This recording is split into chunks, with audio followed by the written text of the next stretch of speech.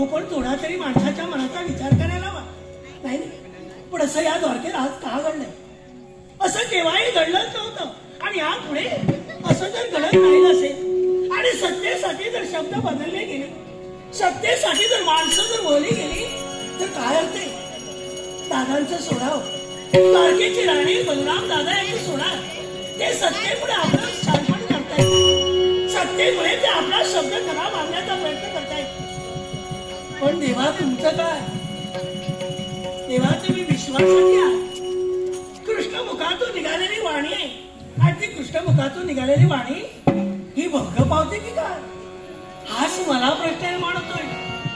तेव्हा मी तुमच्या समेत आहे.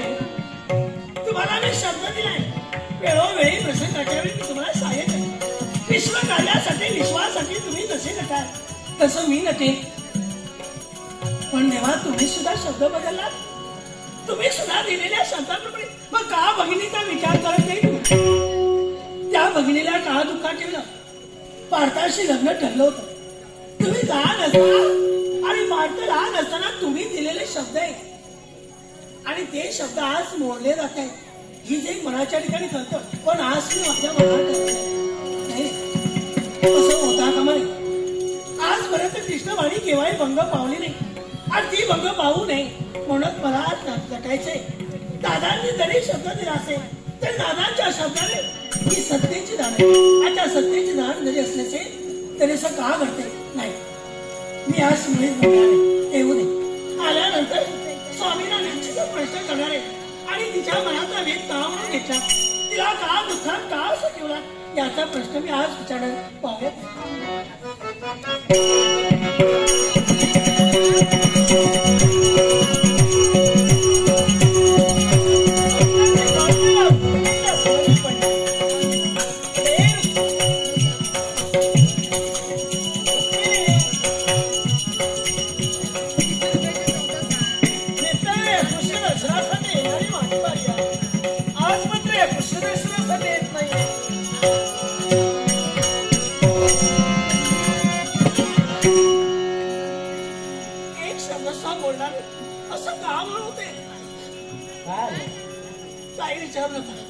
रागानं फुगलीस? रागाने फुगशील. कुणाला सांगताय? मी फुगे? हो. मी मुळीच फुगणार नाही. मग काय झालं तरी काय? झालं म्हणून तुम्ही मला विचारताय? मग राग काय यावा? त्याला कारण तुम्ही ना. मी कुठं चुकलो का? तुम्ही चुकला. तुझ्या तर सदनी यायला मी कधी विलंब केलाच नाही. मला माहितीये नित्याने येतो. माझ्या सदनी तुम्ही येण्यासाठी विलंब केव्हा केला नाही. माझ्या शब्दाला केव्हा दुजोरा दिला नाही असं कधी घडलं नाही. माझा शब्द तुम्ही बोलला असं मी मुळीच पडत नाही. तुम्ही असं का वागते? मी असं द्वारकेत का घडतंय? मी का वागलोय? असं द्वारकेत बदल का म्हणून घडतोय? अगं निमंत्रण देणं माझं कर्तव्य होतं. ते कर्तव्य मी परिपूर्ण करतोय. म्हणजे दादांची सत्ता झाली म्हणून तुम्ही सत्तेपुढे शांत हो. दादाने सांगितलं म्हणून दादाच्या शब्दाप्रमाणे वागण्यासाठी नाविलाज माझा. स्वामी तुला विचार करायला होता. काय म्हणू? मला सांगा, कृष्णवाणी आहे नाही, कृष्णाच्या मुखाचे निघालेले शब्द आहे. मग कृष्णवाणी भंग की अभंग हाच मला प्रश्न निर्माण झाला. ही पूर्णपणे अभंग आहे, अभंगच आहे. कारण तुम्हाला स्त्रीच्या मनाचा विचार तर त्याला भंग असती तर स्त्रीच्या मनाचा थोडा जरी विचार आपण केला असता ना, तो जर विचार जर केला असता तर स्वतःच्या भगिनीला असं रडत ठेवला नसता. तिचं प्रेम आहे, पण तिच्या प्रेमाला तुझा न देता तिच्या विरुद्ध वागण्यासाठी तत्पर. पण तिच्या मनाविरुद्ध मी कुठं वागलोय? दादांची सत्ता, दादाची राजआज्ञा होती. दादाच्या आज्ञेच्या बाहेर मी तरी जाऊ शकत नाही. राज आज्ञेपुढे आपण आपला शब्द बोलणार म्हणून तर आतापर्यंत मला असं वाटत नाही. पुरुषाला स्त्रीच्या मनाचा अंतर कळत नाही, स्त्रीच्या मनाचा वेग त्याला कळत नाही आणि म्हणून कधी नसलेला हृदयानं त्या स्त्रीच्या मनाला दुःख देण्याचा प्रयत्न आपण करता. म्हणून एकच लक्ष मला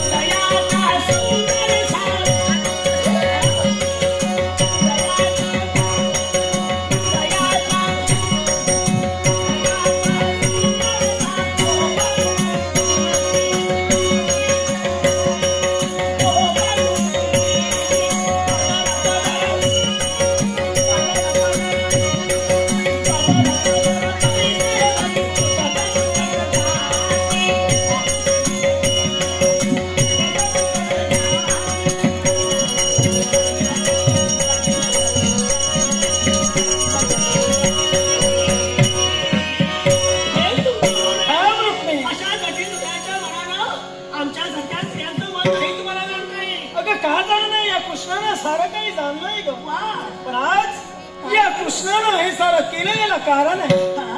कारण मी दादांच्या शब्दाला होकाराचे उत्तर दिलं. याला कारण सत्ता. ते दादांचा शब्द होता.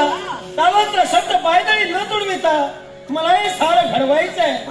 होय, म्हणजे दादांच्या शब्दापुढे कृष्णवाणी अभंग आणि अभंग ती कधी भंग पावणारी नव्हे. कृष्णानं दिलेला शब्द नक्कीच पूर्ण करणार आहे. असा शब्द ठरल्या मुहूर्तावर सुभद्रेचं लग्न होणार आहे. तेच म्हणते.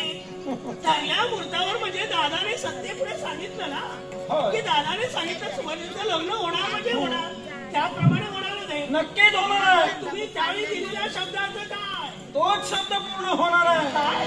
तोच शब्द? बोलण्याचा अर्थ नाही समजले. एकच हा कृष्ण घटनाटकी आहे. या कृष्णाने दिलेला शब्द आतापर्यंत तळाताच्या फोडाप्रमाणे जपला. तळाताच्या फोडाप्रमाणे झेलण्याचं कार्य या कृष्णाने आपल्या जीवनात केलं. तोच कृष्ण त्या विश्वासमंताच्या ठाई पूर्ण ब्रह्म सनातन म्हणून म्हटला. तो कृष्ण आपल्या कर्तव्याला नव्हे तर आपल्या धर्माला काळिंबा कधी लावून देणार नाही. तेव्हा सुभद्रेचं लग्न, सुभद्रेचं प्रेम नव्हे तर धनुर्वरी पार्थाचं प्रेम हे जर का सार्थक व्हायला हवं असेल असं तुला वाटतंय का? सगळी काय वाटणार? हो, तिचं मन जाणेल आहे मी. तिचं प्रेम आहे. अगं मी सुद्धा एक बंधू आहे. सुभद्रेचा पाठी